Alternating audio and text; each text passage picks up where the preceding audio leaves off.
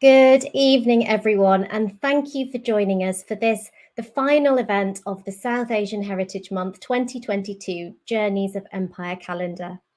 Today, the 17th of August, is Partition Commemoration Day and marks 75 years since the Radcliffe Lines were published, setting out where the border between India, West Pakistan and East Pakistan, now Bangladesh, would be. Well, this evening, we will be discussing the partition with the team behind the groundbreaking Channel 4 documentary, Partition in Colour, which tells the story of the personal rivalries between Nehru, Jinnah and Mountbatten, the key players at the centre of partition. But before we meet our panel and host, let's take a look. 73 days to create 2 new countries. It sounds insane because it is insane. To mark the 75th anniversary of partition, who would end up being in India, who would end up being in Pakistan? For the first time, colorized archive and private documents tell the story of the personal rivalries between the key players. There were love affairs, antagonisms, distrust. And how they helped shape one of the 20th century's worst catastrophes. The lack of value for Indian life. Partition is etched in blood. It is not done and dusted. A brand new 2-part documentary, India 1947, Partition in Colour, starts Sunday at 9 on Channel 4 and All 4. And if you haven't seen the documentary, it is available to watch on Catch Up. I'm now delighted to hand over to Jasvir Singh, fellow co-founder of South Asian Heritage Month, who will be introducing our panel and hosting the discussion. Hope you enjoy. Thanks, Binita. I'm just going to say, first of all, on behalf of everyone during South Asian Heritage Month, all the team behind South Asian Heritage Month, it's been a fascinating period for us this year, particularly because of the 75th anniversary, but also, more importantly, the 75 years since partition. And as Binita has said, today marks the 75th anniversary of the Radcliffe Line finally being published, saying where the borders would be in Punjab and Bengal. We have an esteemed panel. We have a strong panel who are all connected to the film, the TV documentary series, India 1947, Partition in Colour. I mean, you've just seen a short trailer of it there. We're fortunate to be joined by the line producer for the Partition documentary, who is Varsha Chauhan. She's a seasoned and experienced production manager who's worked in the industry producing all sorts of aspects and formats, including docudrama, lifestyle and entertainment, and factual television for the last 20 years, for over 20 years. And she has a long-standing relationship with Channel 4 and Channel 5. And her previous shows, previous productions she's been involved in have included India 1947, Partition in Colour, which is what we're going to be talking about today, as well as Ramadan in Lockdown, and a number of other India-related and South Asia-related documentaries. Varsha, thank you for joining us. Thank you. We also have with us Attlee Hussain. Attlee is an associate professor of legal studies at New York University in Abu Dhabi. Attlee was one of the voices in the show, one of the esteemed guests within the documentary, giving his own perspective on certain aspects of partition and the lead up to partition. Attlee, thank you for joining us. Thank you, Jasvir. We also have Shruti Kapila. Shruti is born, educated, and, as she says, made in India. Dr. Shruti Kapila, I should say. She's a graduate from Punjab University in Chandigarh with top honours, followed by a Master's in Modern History in JNU Delhi, and received her doctorate from SOAS in London. She is now in a research position at the University of Oxford. No, I'm not. I'm sorry. I'm a professor of history at Cambridge. Exactly. You're reading my past, not my present. Yeah, I'm so sorry about that. There we are. You're in the University of Cambridge. It says it in your title. I should have read that. Yeah. Shruti, thank you for joining us. And your area, and correct me if I'm wrong on this one, is modern and contemporary India and global political thought. So that's from 1770 to the present. Yes. And she has been effectively through her work, she's been decolonizing the curriculum for more than a decade through looking at various parts of Indian history and South Asian history over that period of time. So, Dr. Kapila, thank you for joining us. And finally, but by no means least, we have Andrew Loney. Andrew was educated in Britain and America. He is a writer who's written for a range of newspapers and magazines, including The Times, Spectator, and The Guardian. And he's also written biographies for individuals such as Lord Mountbatten and Edwina Mountbatten. And in 2021, he published The Traitor King, which is a biography based on fresh sources regarding the Duke of Windsor. Andrew, thank you for joining us as well. Pleasure. So today, as I've said, we're talking about the anniversary, but we're also talking about the documentary. And the documentary was, well, it was groundbreaking. Varsha, can you tell us a bit more as to the behind-the-scenes production when it came to collaborating and pulling this together? Yes, so the... I can't hear you, Jasvir. So I can hear you. We can hear you perfectly. Okay. So I joined, and the series producer, Laura Nash, was already researching alongside our producer, Alice, in terms of casting people who would be our on-screen historians, academics who could speak on the subject quite candidly. We were always looking for fresher faces, new faces. As you mentioned before, I'd worked on previous productions around Partition, and on several of those we were seeing the same old faces, and this one was just a bit more refreshing because it was a global community of academics and historians and authors. So the accounts, I don't know, I think there was a lot more sort of the viewers could relate to as well. The other aspect to Partition in Colour was that we were going to colorise the archive to bring it alive, and I believe we achieved that really well. We worked with a company in Paris who has business partnerships with another company in Mumbai, and they together worked on colorizing the black and white archive that we were getting that was going to help tell the story. There was already some existing colour archive and stills which were used. Most of that was from Imperial War Museum. That's the full Technicolor stuff. So it was that really sort of combining the archive as evidence to the stories that our experts were portraying and telling, and then where there were holes in the archive where we didn't have the evidence, we did the abstract reconstructions with some UK actors and just took over a house for 3 days in Oxfordshire where we filmed that. No, thanks, Varsha. And I think it helped because it really helped with the storytelling aspect. I think that's what's been lacking with some other documentaries in the past, the idea of the narrative that feeds through. And I'm going to come to Attlee at this point. Attlee, you were talking quite eloquently about Muhammad Ali Jinnah and his role within the creation of Pakistan East and West. But for some people, it would have been quite a new perspective to be hearing. Can you tell us more about how you became involved in the documentary, but also how you feel you brought a different perspective to things? I mean, first, the first part that you raised of how I got involved in the documentary is that I was asked. So Varsha and her team really did a great job of, bringing people together who have done in recent academic work on this topic. And I think the perspective that was really needed was a perspective that didn't portray Jinnah as this kind of cold-hearted constitutional lawyer who's trying to play bargaining counter argument in order to get the maximum gains for Indian Muslims. But here was somebody who actually wanted a Muslim homeland on Indian soil. And that very standard narrative that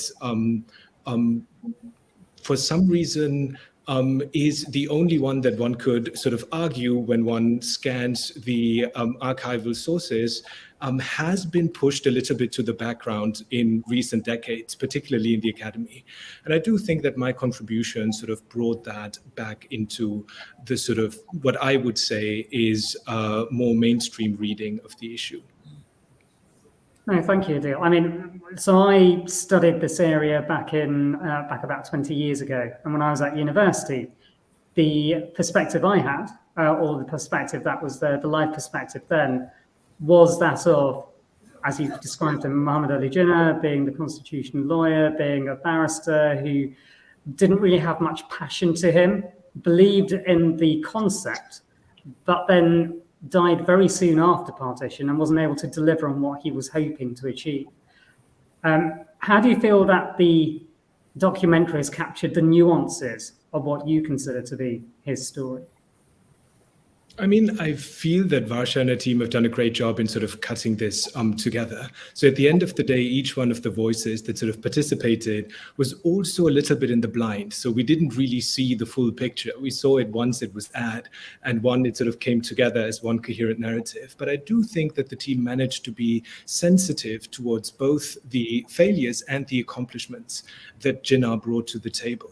And in terms of failures or the future issues that arose in the state of Pakistan that eventually led to the second partition and the birth of Bangladesh, all of these issues are hinted towards, but they're not trying to overemphasize the narrative, because 1947 is really the moment of, as came through in the documentary, of great violence, but also of great opportunity. Here's the birth of two new nations that are coming out of empire and sort of claiming their place in the world. Thanks, Adil. I'm going to come to you now, Shruti. The history in the background with regards to the Indian National Congress, in respect of Nehru, in respect of Gandhi, in respect of other players, how well do you feel that that's been represented within the documentary? I think I'll sort of second Adil here in the sense that I think it was a fantastic documentary. I hadn't seen it till it actually came out live a couple of weeks ago, because I was just, brought in, like other experts to come and do the interview on a standalone. And I didn't know which bit was actually going to be taken into the final cut. I actually thought there were two things I found fascinating, given that this is sort of bread and butter for both research and teaching for me, is that actually the color made it very proximate. It made it a very intimate history rather than something that was actually happened decades ago or a lifetime or two ago.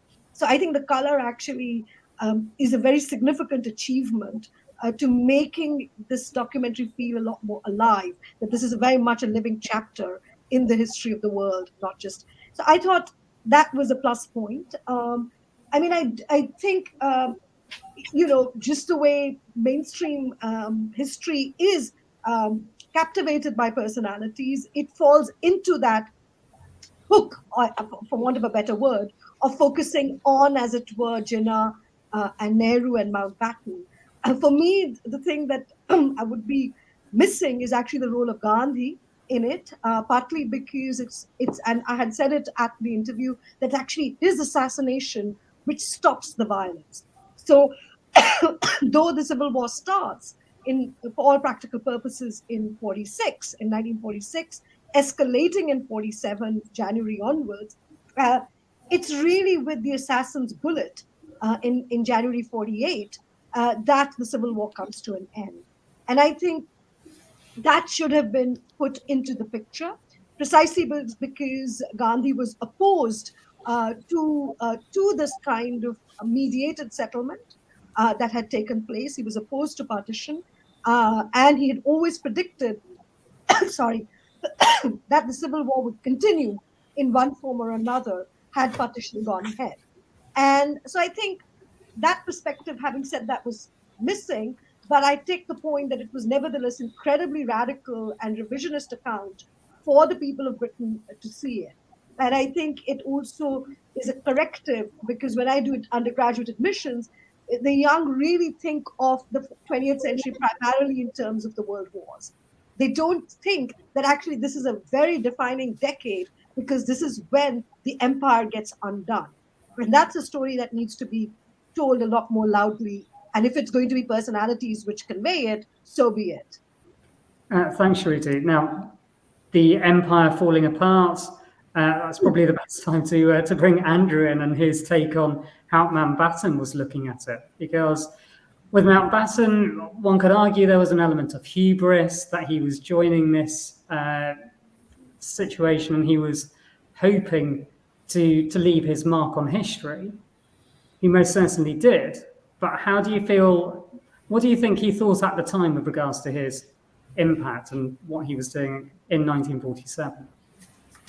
Well, Mountbatten was always shaping the narrative, and he did that throughout his life, collaborating with tame biographers and trying to prevent other books coming out. So it's only really after his death and in recent years, with recent scholarship, we've really been aware of his role.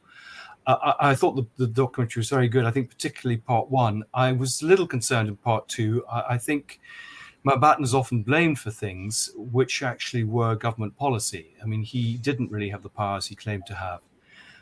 And the government was keen to divest itself of India. They were keen not to have violence on their watch. So I think the whole debate about the boundaries only being announced after independence, I think can't be entirely directed against him. But it's certainly true. Mountbatten, just like Chris Patten at Hong Kong, the government was keen to basically see the end of the empire as a dignified matter without this, without any sort of violence.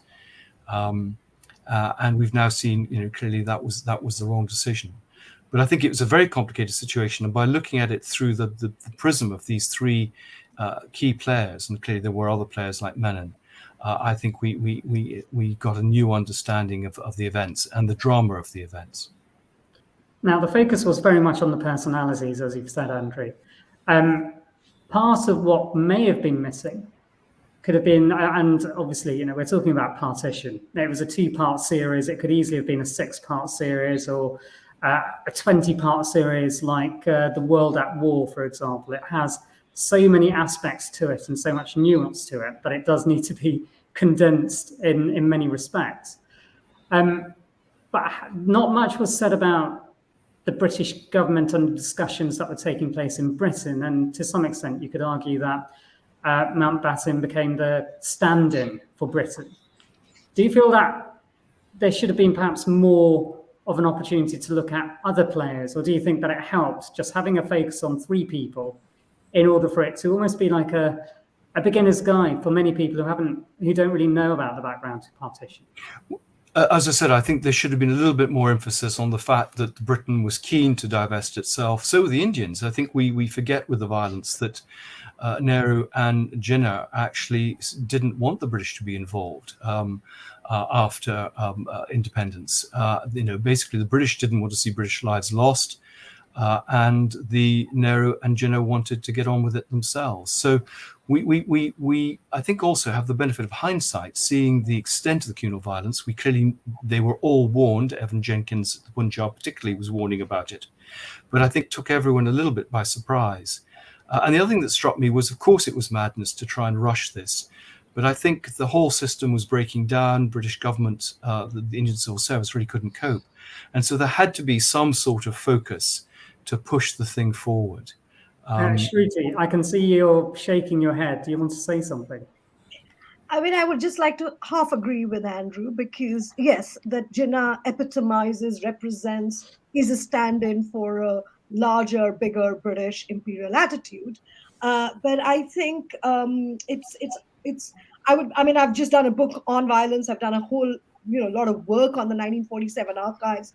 It is without a doubt that the British, right from 1946, from Calcutta, Great Calcutta killings, are fomenting a condition of civil war. After all, it is their long-term policies which have pitted the two communities into a hostile competitive relationship. They've been pitted from the 1900s as two combative categories for administrative purposes. And this was divide and rule, for want of a better term. And certainly from 46 onwards, there is fear, that the British will probably face another 1857-like situation, i.e. they might have to face the mob fury themselves. But somehow this cannot be left unanswered, that when you have such a massive conflagration, 1 million plus people dying within a year, the only people who are spared are the British. That begs an answer. And I think this happened on the British watch. It is a gross, and it's actually not true to say that that Jinnah and Nehru didn't ask for help. In fact, they're on record asking for martial rule to be imposed for months. And it's actually Liaquat Ali and Nehru who in late October, November, finally sit down and decide to have a corridor, a peaceful corridor, an armed peaceful corridor for the movement of population. This is when they are actually mortal enemies. They don't actually want to speak to each other.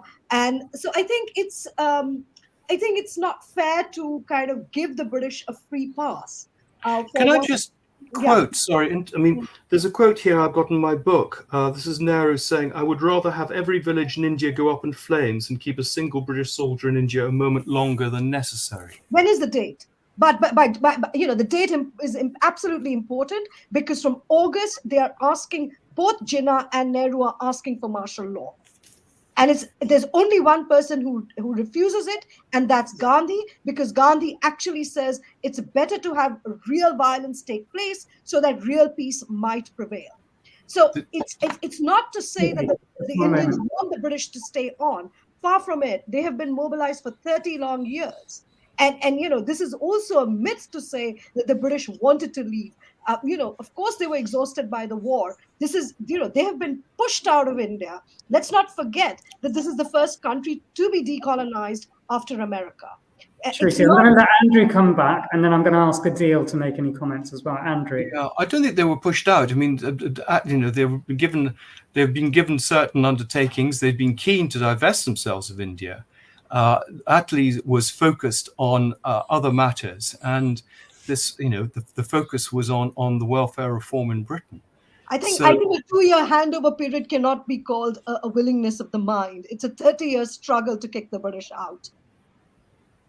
Attlee, I just want you to come in at this point. What are your views in respect of the support or input that could have been given by the British armed forces when they were leaving? I mean, I think there's no doubt that the British could have and should have done more. Like, it was not enough. And it was all happening, as Shruti rightly said, on their watch. So if you're commanding the military, you're responsible for the amount of utter violence that is occurring. And the British also had the legal mechanisms, and they've consistently used those mechanisms throughout the 40s, but they don't in 47. In order to quell violence. But it wasn't on their watch. Much of the violence took place after independence and after the partition. And the point was that they had moved on. This was something that was responsible for the Indians in Pakistan.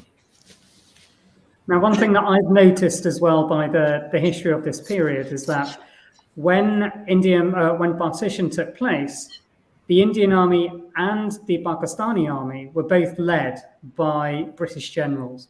So there was still that leadership element there, but they were leading the armies of India and Pakistan. I don't know if there's anything that either of you want to say, Shruti, Attlee, or indeed Andrew, about that, and whether that could be considered to be a continuation of the same, or whether those individuals, who I think were only in post for about a year or two, were there to do the handover and to allow Indian generals, Indian commanders-in-chief, effectively, to take control. Anyone like to comment on that? Well, I mean, very simply put, it was in everyone's interest to keep the integrity of the armed regiments as much as possible. And this is one of, in fact, there were two things. If you look at even people like Evan Jenkins, who's been mentioned, the last kind of governor of undivided Punjab, he's actually saying the problem for us, this is way back, he's saying this in January. He says the problem for us, even during the Wavell, he's saying this, the problem for the British is going to be to remain intact as sovereigns, that they themselves, the greatest danger that the British Empire faces is that they could get divided along Indian and Pakistani lines. And this is part of the reason that they don't want to intervene, because it is very clear that they need to support the Pakistani state a little bit more, because it is weaker, it is smaller, it has fewer regiments. And they actually say, Jenkins is on record saying, we do that, we will be partisan, we will leave as divided people ourselves, we will be seen to be divided. But of course, the army was the prime concern, and it's interesting that the handover there is incredibly disciplined, though historians can quibble whether that was a fair or an unfair division of regiments. And I think just on that point, when we're talking about the regiments, there were some regiments which also had to be divided. So the integrity was there, but sadly not as whole as it could have been. For example, the Sikh regiments in Punjab who were stationed in Pakistani Punjab, all of them had to leave and flee to India. None of those regiments, none of the soldiers remained in Pakistan. Likewise with some of the Muslim-heavy contingents, battalions that were in newly formed India, many of them left to go to Pakistan. So even the armed forces were suffering partition. Varsha, I'm just going to come back to you at this point. Mm-hmm. Gosh, hearing all of these different perspectives, it must have been tough trying to edit down everything that Adil, Shruti, and Andrew were saying in order to put together the documentary. How did you go through that process?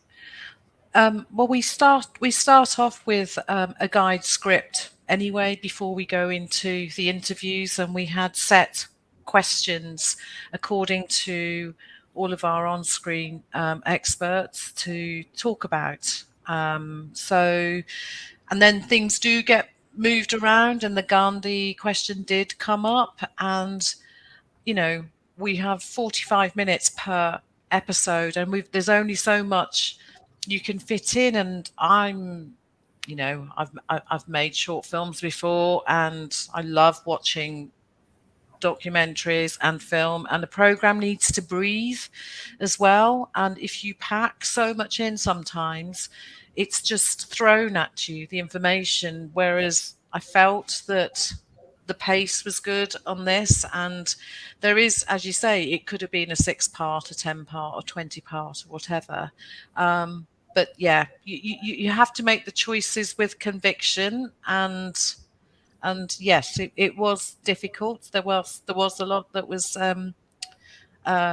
left out, but I felt that we did a good job. Yeah, it's brilliant. And I think, again, if we come back to the colorization aspect, how accurate do people feel like the colorization was? And the only reason I raise this is because with a couple of the shots, I had thought that people would perhaps be wearing more colourful outfits in, say, 1947. The stars, the buggeries would have been of different colours. I think there were a few shots where they were almost virtually everyone was wearing white. And I wasn't sure whether that was reflective of the time or whether that was how it was imagined it would have been. What sources were you using to do the colorization? So the company we used in Paris and Mumbai, they have a team of researchers as well. So we relied on that, and they've done a lot of colorization around this subject area before. So we did rely on them too. Plus, it might well have been a case of, especially the crowd scenes, it might have been one of these things where it might have been a bit just too difficult to have gone into. Just that 30 seconds of something that we might have used may well have just taken weeks and weeks and weeks. And we were, it's TV, isn't it? We had a deadline, and things just had to be delivered in readiness. And the budget. It's not budget like as well. Yes, of course. It's not like you're making some sort of grand, £100 million film that's going to be showing in cinemas. So, we used the same company that did the very first colorization of Mughal-e-Azam. Oh wow! We use them, and with their links with their business partner links in Mumbai as well. So, I think we did well. You did absolutely. As we're talking, it becomes clear that there are many challenging aspects to this, and one of the most challenging aspects is the fact that independence of India and Pakistan and partition are closely entwined, and you can't really have one without the other. They are part and parcel. They're like the yin and yang of 1947.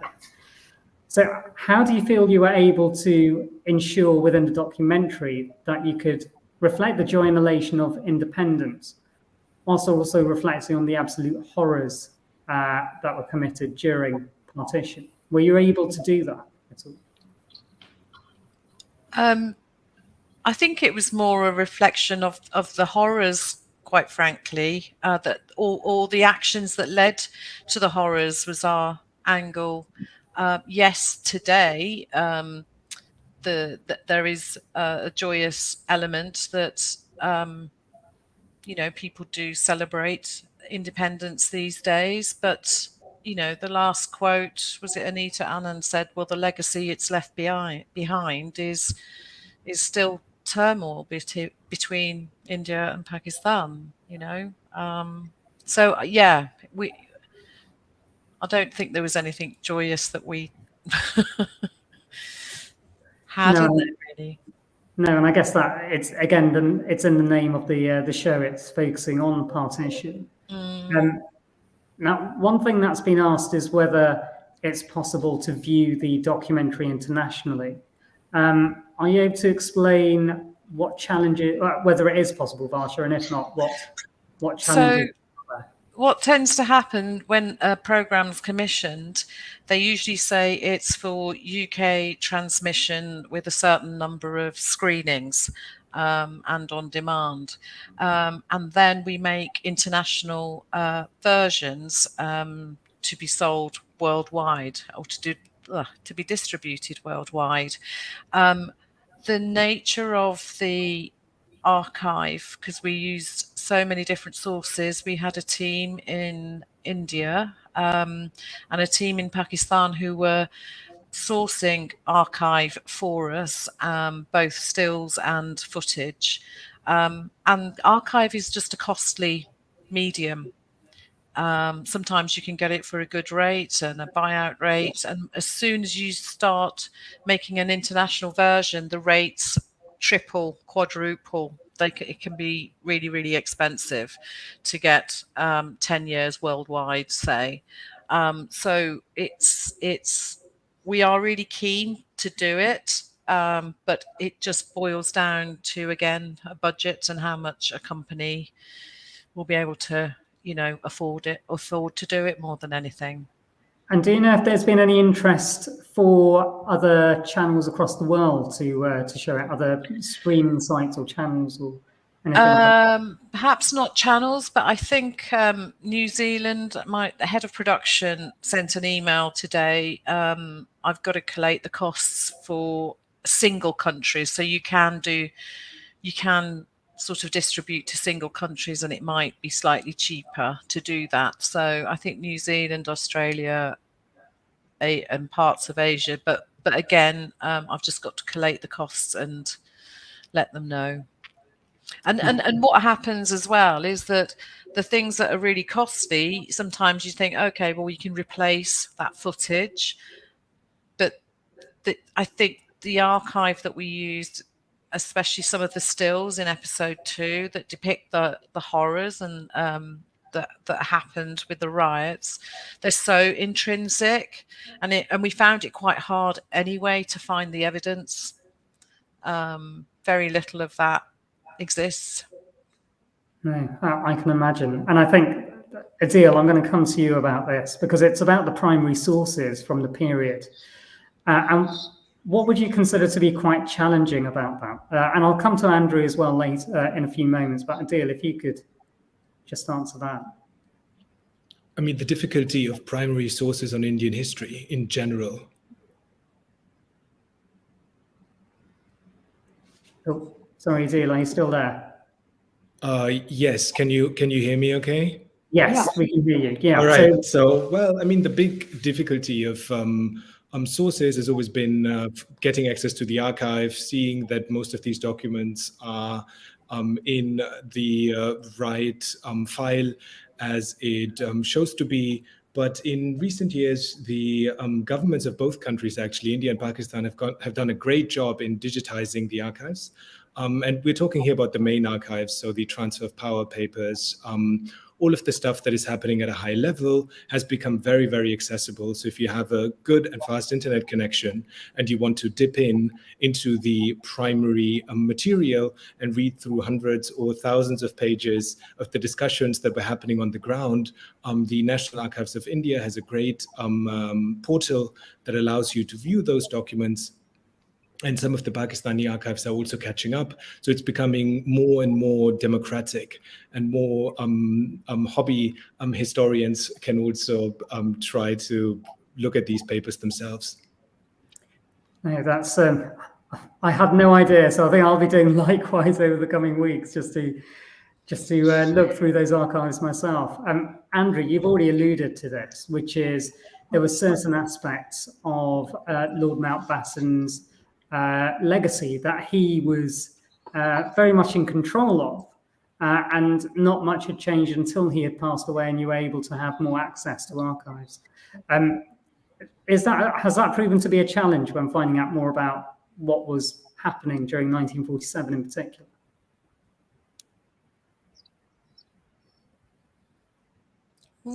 Andrew's mute. Oh, Andrew, you're on mute.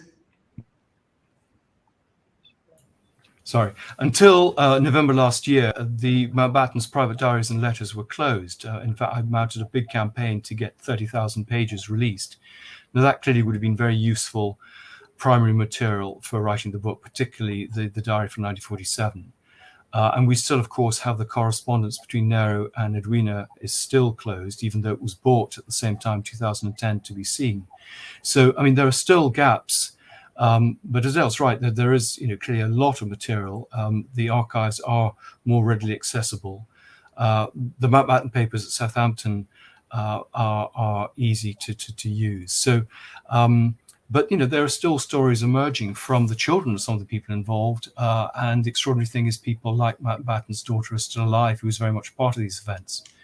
So, I'm hoping that there will still be more stuff to come out. But in some ways, the problem is there is so much stuff. It's sometimes difficult to follow exactly what was going on at each particular moment, particularly when many of the witnesses, as say, like Mountbatten, were not entirely honest with themselves or with others. And just on that point, and this is less to do with Lord Mountbatten now focusing more on Edwina and the rumoured affair between Nehru and Edwina. How were you able to differentiate between fact and conjecture, given that there are certain limitations there? Like you've said, you don't have full access to the archives just yet and the correspondence. Well, it is difficult. I mean, all you can do is collect material and try and verify it or corroborate it. And there were plenty of stories from pretty reliable sources talking about the affair, even if one remove. But we have the testimony, for example, of her daughter Pamela writing about it, talking about it being primarily a spiritual relationship, but that doesn't mean there wasn't a physical element to it. So I think that there's quite a lot of evidence now from different sources about the extent of the affair. I think it's pretty clear that Nehru played the Mountbattens.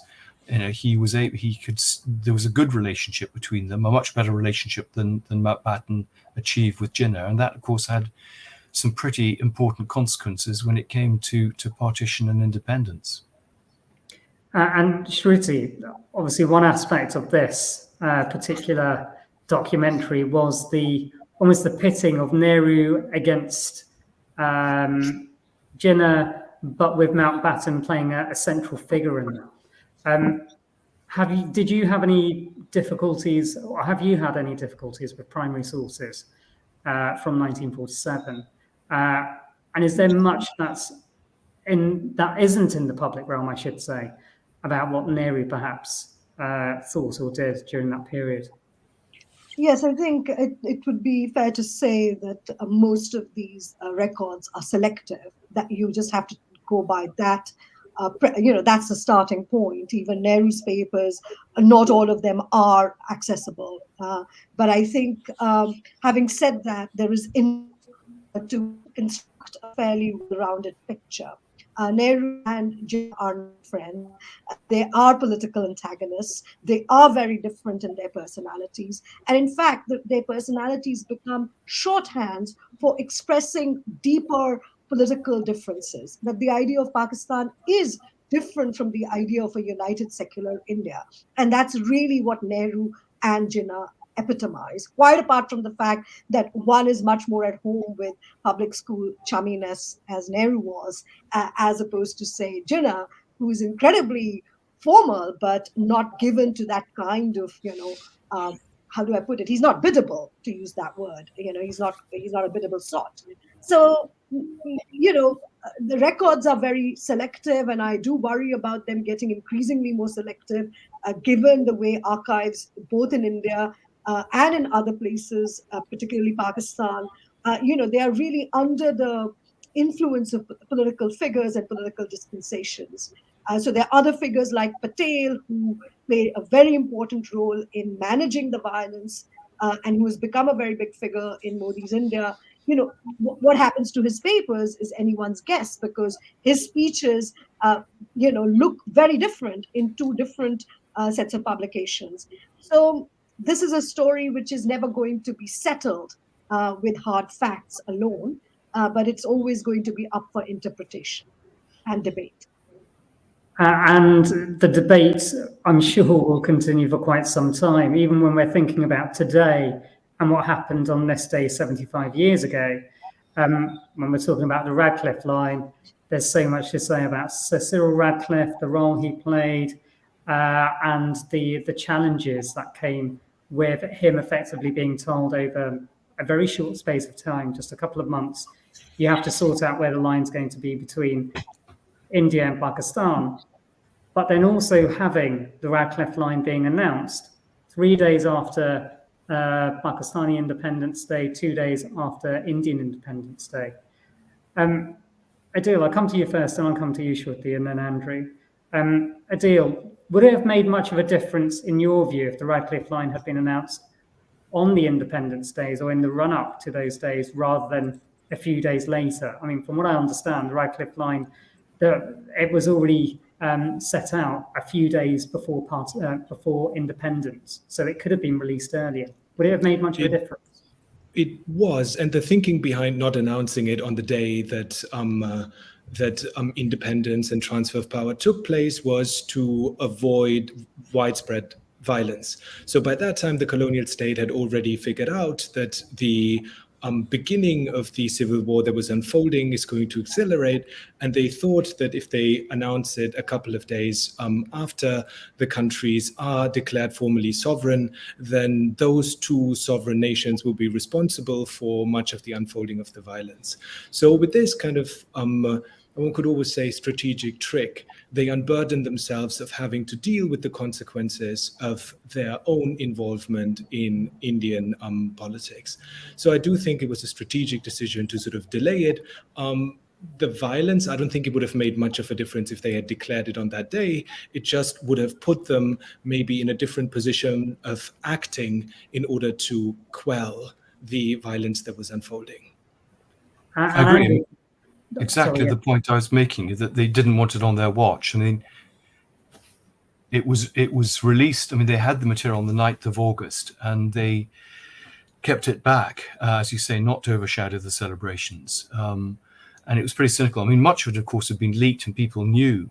But I think, we would have, if it had been arranged before independence, I think there would have been, I suppose, the bite of the British state, which might have protected people. I think this is one of the great questions, why more wasn't done.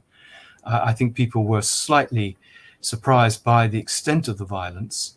But, there have been plenty of warnings going back right to the beginning of the year. So I think it was, as you say, a cynical move. It was a cut and run and leave the problem for someone else to sort out. Now, not Britain's finest hour. No, indeed, it wasn't. And I think this is something which really came out in the documentary. It was the speed with which Mountbatten decided that he wanted to have independence of India and then the creation of Pakistan. And going from an 18-month window within which to do that to shortcutting it to just 6 months, cutting out a year from that particular timetable. Are you able to give a bit of an insight into why Mountbatten decided to cut down that period of time? And also how would you describe his behavior for speeding up the process of independence in such a manner? Well, as I said, I think he wanted to concentrate minds. I think the feeling was that some of the loose ends could be tied up afterwards, which clearly wasn't the case. But I mean, the story is often told how, you learn to ride a bike by riding down a hill, and if you fall off, bad luck. So I think he was just very keen to pull things together, to force it forward. And it was against this background, as I say, of rising communal violence, disintegrating British power, growing Indian impatience. He was a very impetuous man, and he felt this was the solution. But of course, you can't, in practical terms, do something like that. I think it was said it would take 6 years to divide the Indian army. So it was madness. But I think a lot of mad things happened in this period. And Adil, would you agree that this was a period of madness? I mean, I very much agree with the entire analysis that Andrew just gave. Like, pushing the date forward was clearly completely irresponsible. And had they given the entire process more time, there could have been a transfer of power that wouldn't have led to this enormous amount of bloodshed and violence. The other thing that we tend to forget is that many of the Indian leaders had spent the last decades in jail, so they were not in administrative positions really ruling or governing. So their expertise was very much limited when it came to the practicalities of governing. So they were all political, and they understood politics, and they had a very good sense of fairness and justice and everything that we generally teach students of political thought. But when it came to actually sitting together and finding a consensus, they were simply unable to reproduce that in this very short time span that was given to them. And I do think that a slowdown here could have really pushed, or could have really had a very different outcome of the transfer of power than the one that we saw, unfortunately, in 47. Now, just to let everyone know, Dr. Shruti Kapila has left, but I'm hoping she'll be coming back shortly. We're just trying to see how soon she can come back to this event. Now, there was a lack of action from all three camps, from India, from Pakistan, and from Britain as the violence escalated. How do you feel they could have acted perhaps differently, and what else could they have done in those circumstances? Adil, I'll come to you first.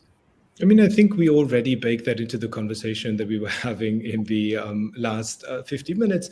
But essentially, the army could have been deployed in order to quell violence when it was beginning. So as opposed to just ordering a very small Punjab border patrol in order to look out and prevent people who were transferring from one country to the other from being robbed or trains being burned, they could have deployed a lot more military personnel, which they had access to, and they is really here the government, and that did not happen, and that really caused this entire crisis to sort of kick off. The other element that I wanted to mention that has so far gone a little unnoticed, I think Professor Kapila wanted to bring it in when she mentioned Patel, India wasn't just ruled directly by the British, but a third of the territory was ruled by Indian princes who were formerly sovereign and who had various diplomatic ties with the British Empire. So what we tend to forget is that a lot of those states were also stakeholders in the conversation around independence. And from a legal perspective, and I'm speaking here as a constitutional and international lawyer, that is just as important, right? So they were coming to the table as full-on sovereign entities. And we saw how this can go sour, for instance, in the case of Kashmir, where we had a Hindu ruler of a largely Muslim-populated state who opted to go with India, so to have his territory united with the Indian state, and then his population rebelled against that decision and caused further amounts of violence because the Indian army, of course, marched in, and it led to the first war between these two countries. But when we are talking about partition, we often tend to forget that it was princely states, and more than 500 of them, in varying degrees of size and strength, who were also major players in the entire drama that unfolded around partition. But because we are focusing on the violence, I do think that the documentary gave a very good view, because the partition really happened in Punjab and Bengal.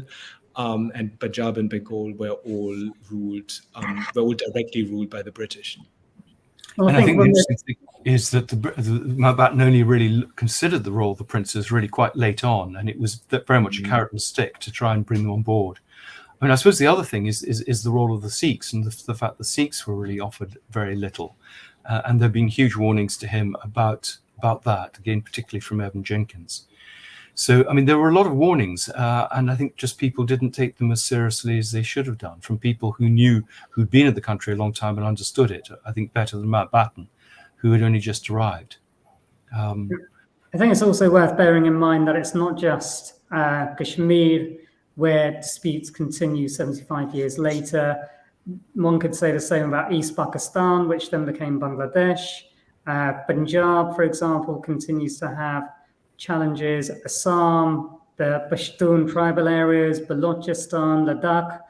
There are so many parts of the Indian subcontinent, or what was formerly British India, which continues to have the repercussions of what happened in 1947, and where disputes are continuing amongst some people or amongst many people as to the what should happen in those regions at the present time. And again, all of those have their origins back in 1947 and the discussions that, Andrew, you've been talking about. And I think bearing that in mind, it can often be quite difficult to go into detail about what happened in 1947, because obviously the focus is on Punjab and Bengal when it comes to partition, more so on Punjab, less so on Bengal. But there's so much more that happened during that year, and so much more that happened over that small period of 2 or 3 months, as well as in the lead up to independence and partition, and in the aftermath of that. Varsha, perhaps I'll come to you here. What weren't you able to look at or discuss in the documentary that you would perhaps have liked to have done if you'd had the opportunity, if you didn't have just 2 hours to talk through it? Well, I think it's a question that our series producer Laura Nash, who isn't here sadly, she's on holiday, because she was across the editorial. She did have to make big decisions alongside our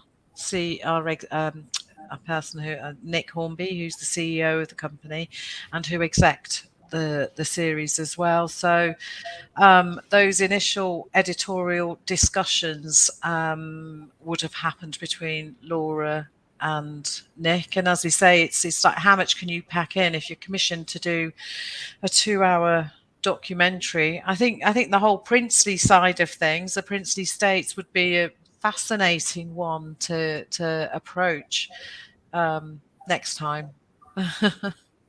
And perhaps that would give certainly more food for thought when it comes to the role played by that 1/3 of the region, really.